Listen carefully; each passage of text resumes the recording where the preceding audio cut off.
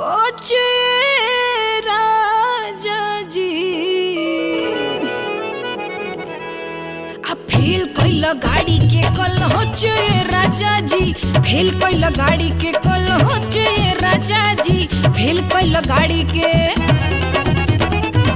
मारी के ब्रेक कच्चा कोचे राजा जी, मारी के ब्रेक कच्चा कोचे राजा जी, फेल कैल गाड़ी के कल होचे राजा जी, फेल कैल गाड़ी के कल होचे राजा जी, फेल कैल गाड़ी के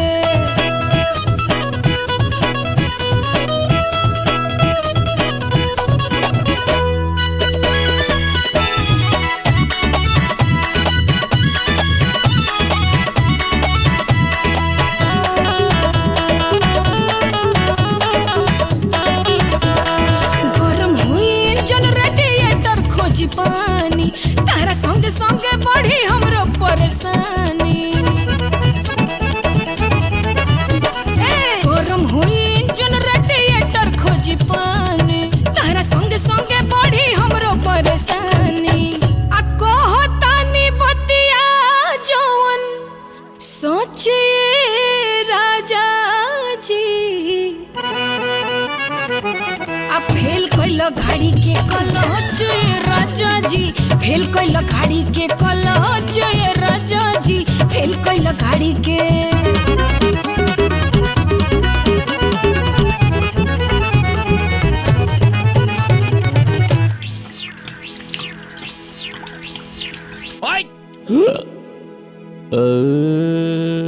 जान बिना जलवा दिखाए लिए जाओ, एक जाए बिना जलवा दिखाए लिए जाओ, दिखाए लिए जाओ रे दिखाए लिए जाओ।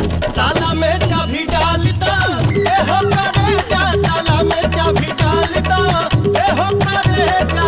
जोश में ना होश अपनो इसे गवावो, ऊपर खबर देखो तो नहीं हो चक्का बचाओ। जोश में न होश अपनो इसे गवावो, ऊपर खबर देखो तो निहा चक्का बचावो। हरे कम पिया भिसकी इसको राजा जी,